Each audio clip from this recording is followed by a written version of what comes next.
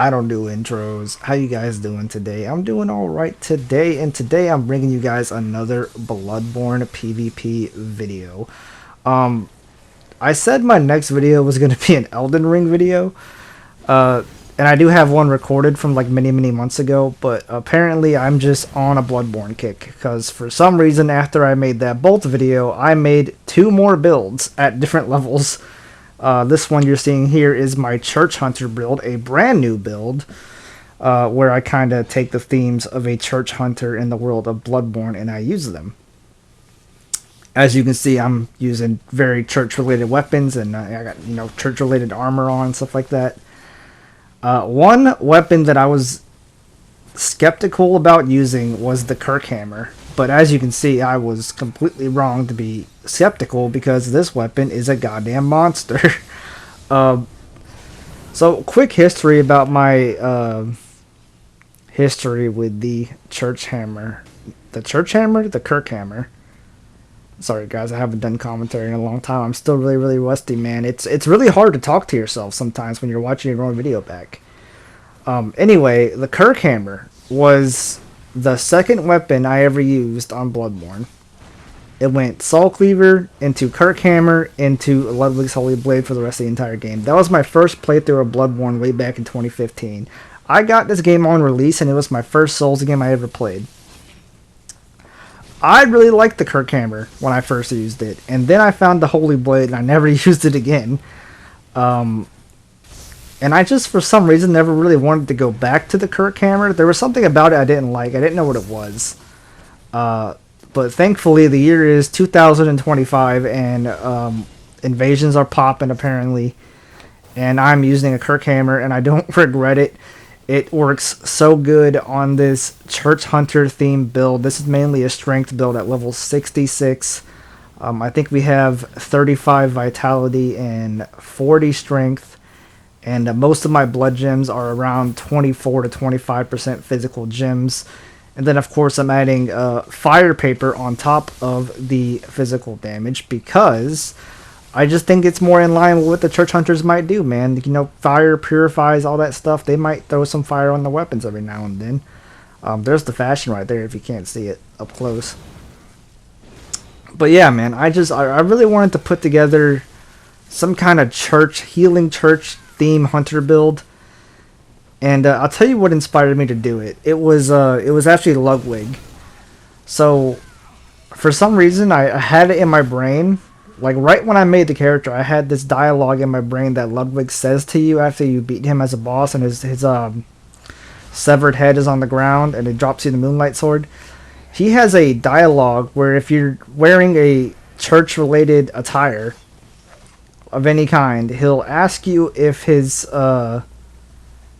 church hunters were the honorable Spartans that they were always meant to be, or that he hoped they would be, something like that. I misconstrued what he said. I thought for the longest time that he said, "Are they the honorable paladins that I hoped they would be?" But no, that's not what he said. He said Spartans instead. But I made this whole build with the idea that he said the word paladins. So I kind of went with like a Church Hunter paladin kind of build. Like a holy crusader, you know. So I went with a big hammer, of course, because paladins use big heavy weapons. And then the only other weapon that you can really use on a Church Hunter build is, of course, the Church Pick. Now, a lot of you are going to be screaming at me in the comments right now talking about the Church Pick is a skill weapon. It is. It definitely is a skill weapon, and I only have the base minimum skill to use the weapon, which is 14.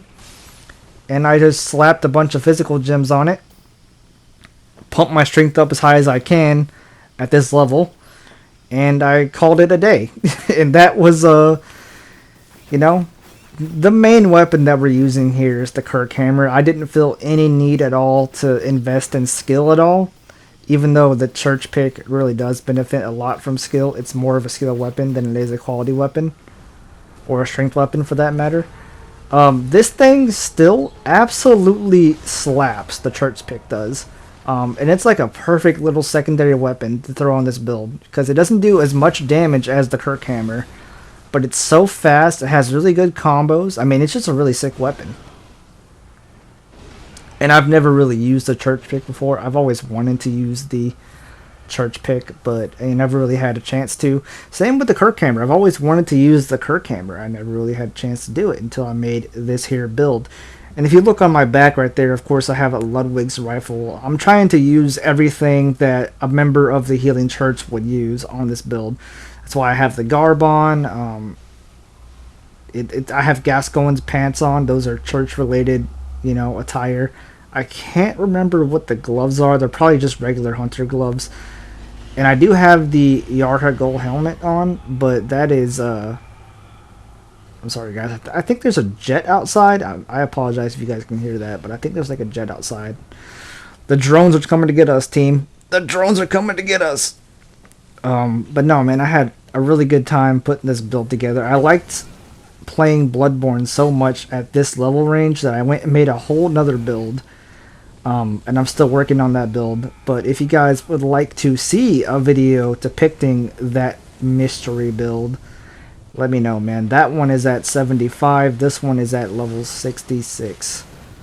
And I'm not gonna lie, man. I got so many invasions during this little stint that I did. I like, it was a random weekday. It was in the evening time.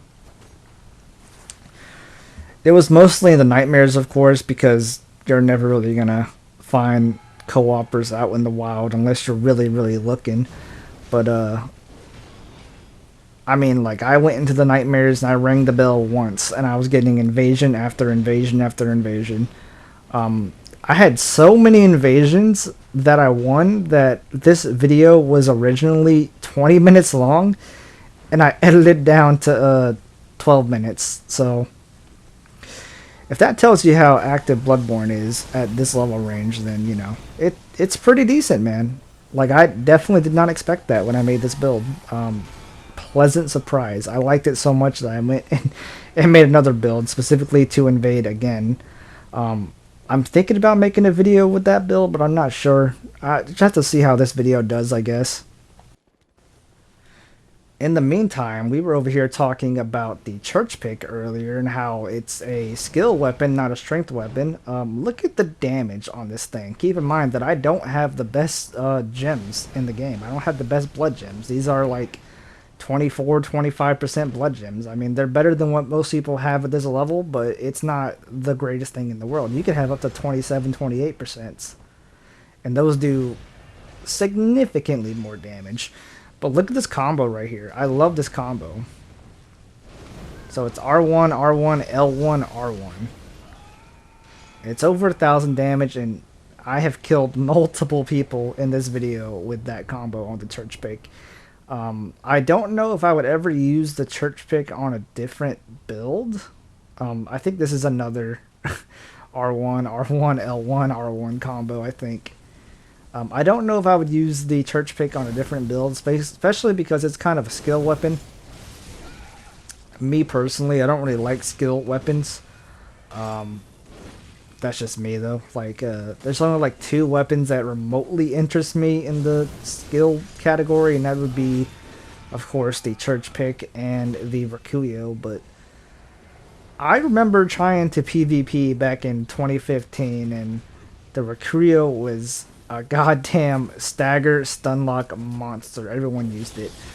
Shout out to this guy, by the way, using the Tonitrus. If you guys watched my last video, I used the Tonitrus and the Holy Blade on a Bolta build. And I played through the entire game, and I have the whole video where I put together that build. So if you guys want to go watch that, you can. Or if you want to sit here and stick to just watching the invasions, man. I mean, I like invasions. Do you like invasions? I like invasions. If you like invasions, man, consider subscribing. That's all I'm saying. We're almost to 2,000 subs here on the channel, and I would greatly appreciate it if you guys would subscribe. That's the last self-plug. Aside from the fact that I have a Discord, if you guys want to join it, I'll put the link down below for the Discord.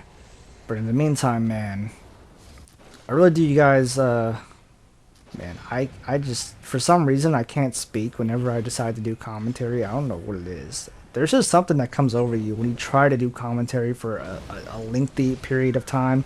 The other day I did commentary for 38 minutes straight on that Bolt build video, and for some reason I'm finding it even harder to talk for 10 minutes straight. I don't know why, but here we are. Anyway, guys, I hope you guys are enjoying these Bloodborne videos. I'm gonna get back to Elden Ring eventually. The good thing about Elden Ring is I didn't get to make too many videos about the DLC stuff. So there's so much DLC content that I can explore, the DLC builds, the weapons. There's so much stuff I can do on there, and the PvP is always very, very active on that game, and I can't wait to get back to it.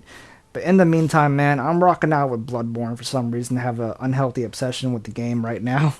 So, that being said, guys, here's all my stats, my gems, my runes, everything's going to be right here in this little section of the video toward the end.